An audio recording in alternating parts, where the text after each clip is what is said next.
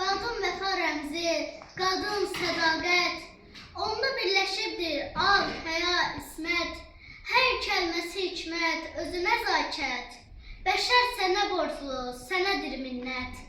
Bayramın mübarək, ey uca varlıq, sənə yaraşmayır heç zaman darlıq. Qoy sənin yoldan nur saçsın bahar, sənlə bəzənibdir bütün duyğular. Həyatda hər zaman əziyyət çəkir, bir çox çətinliyə dözür qadınlar. Bəzən günəş kimi gülür gözləri, bəzən də göz yaşı tökür qadınlar.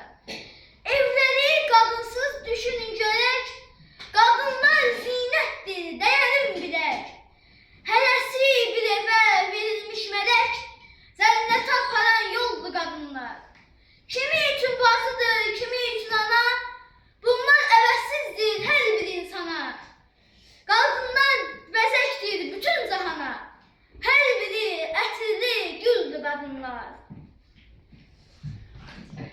Bugün 8 Mart günü, bugün senin bayramın.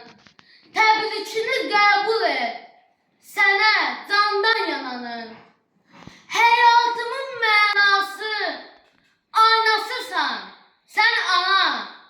Mənə həyat bəxş edib, böyütdün yana yana. Əzəl gündən varlığım, müqəddəsimsən mənim. Sən ey övlad yolunda, şam kimi əriyənim. Hansı varlıq qarşında baş əyməyib heyrətdən.